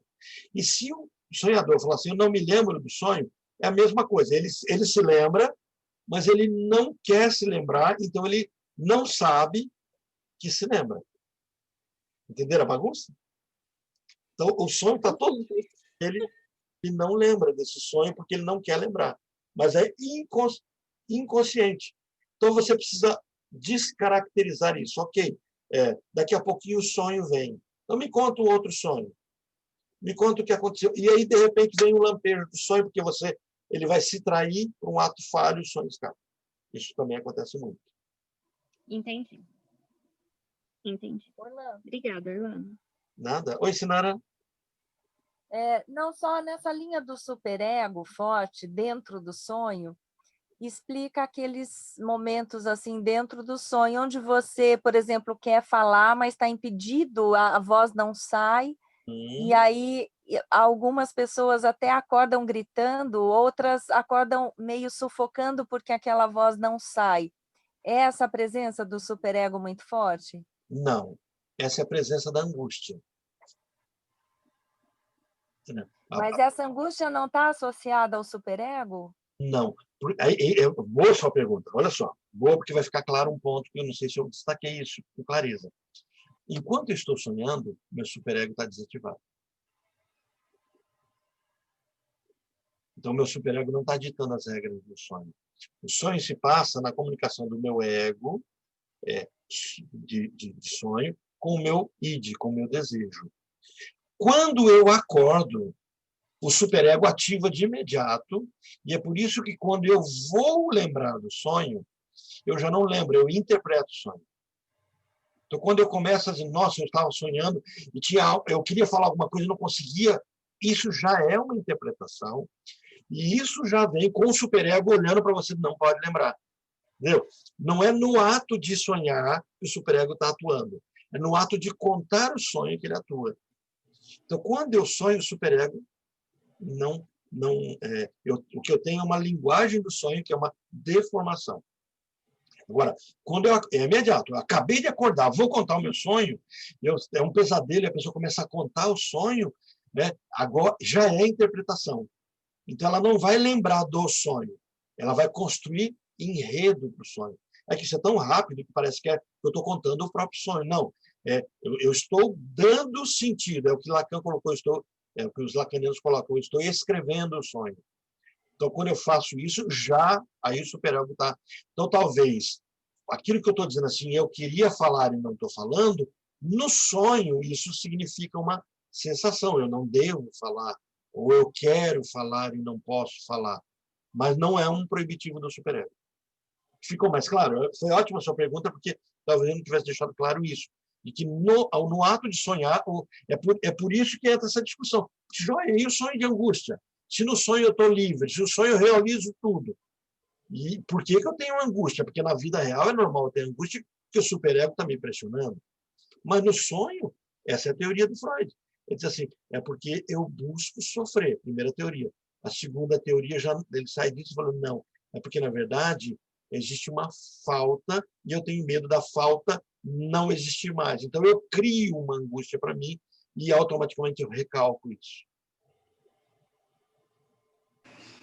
Orlando, na psicanálise, considera aquela ideia de que enquanto você dorme, você sonha, supostamente a sua alma teria saído do corpo e vivido experiências, assim, ou não existe isso? Para Jung, sim. Para a psicanálise, não. A psicanálise ela vai trazer 3 tipos de sonho, assim, de forma bem simplória. Sonhos fisiológicos, sonhos psicanalíticos e sonhos, vamos chamar de esotéricos, tá? Por falta de outra palavra nesse momento. Então, os sonhos fisiológicos são sonhos motivados pelo que está acontecendo para mim. Eu estou com a bexiga cheia. Então, é normal que eu vá sonhar com água. Então, eu tenho que descartar as causas fisiológicas contextuais que estão acontecendo. E sonhos ligados a futuro, predição, profecia, etc., a psicanálise não os interpreta. Freud não analisa isso. Porque o fato de ele não analisar pode parecer que ele descaracteriza, ele desautoriza. Não, ele diz que não é da psicanálise. Não, então a gente diz assim, não são sonhos psicanalíticos. Porém, os junguianos, como eles interpretam a existência de 2 inconscientes, quando eu estou, e que o sonho é o meu inconsciente, eu aprofundar sobre mim mesmo, por isso que eu sempre reforço para vocês que, para a psicanálise, o inconsciente não é o mais profundo meu, isso é para a psicologia analítica. Então, como é o aprofundar, eu saio do meu inconsciente pessoal, para Jung, tá? E eu entro num inconsciente coletivo. No inconsciente coletivo, eu encontro, não é só a minha história, eu encontro a história da humanidade toda.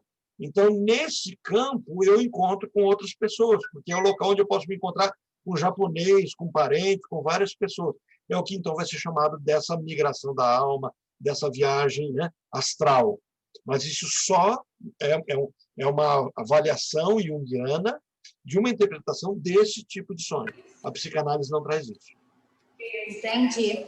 Então, porque me veio essa questão por causa do que a Sinara levantou, porque pensando por esse outro ponto de vista, poderia ser uma daquelas experiências em que supostamente a alma saiu do corpo e você, por acaso, acordou antes de ter havido esse retorno completo. Então, é por isso que a pessoa ficaria nesse estágio de não conseguir se mexer ou de não conseguir falar por alguns segundos. Uhum. É igual quando você faz aqueles exercícios de relaxamento, Sinara, no yoga mesmo, tem isso, que você vai voltando, ou mesmo na hipnose, você vai voltando a pessoa aos poucos, né? Para não ter esse delay, né? Entre as funções, né, motoras e tudo, e, enfim, esse start, né, de acordar. Foi o que eu pensei, talvez uma experiência dessa. Essa visão é a visão junguiana, que os junguianos têm simpatia por ela. Então, assim, dentro da perspectiva de sonho de angústia, não caberia essa explicação, porque o ato de estar paralisado, de não conseguir falar, ele teria um sentido a ver com a falta. Então, aí vamos até brincar agora um pouquinho. E se a explicação junguiana for verdadeira, ou essa explicação, né, dessa viagem astral dos sonhos for verdadeira, isso interfere no conceito psicanalítico? Não interfere, Porque na psicanálise eu vou trabalhar com aquilo que tem relevância e tem afeto. Quer dizer, por que isso está mexendo comigo? Por que eu acordei nesse horário? Qual é o simbólico disso? E como eu caminho por um processo de livre associação, de alguma forma, mesmo que o carrinho não esteja nos trilhos, ele volta para os trilhos em algum momento dessa história toda. Ok? Gente, temos mais 4 minutinhos.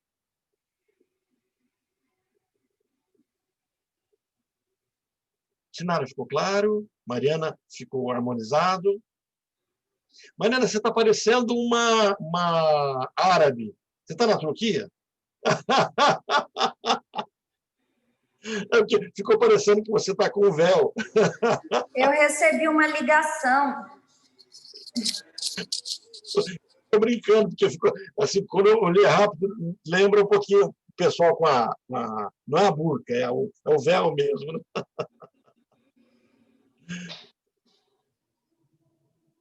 Ok, gente? Orlando, para mim aqui, ok. Inclusive, eu vou ter que dar um tchau. Até, gente. Valeu, obrigada. Márcia, está tranquilo? William, Mayra, Sinara, Leslie e Priscila, posso fechar? Está tudo tranquilo? Pode fechar, tudo ok. Ok. Agora é só estudar mais. Muito mais, né, Will? Bem mais.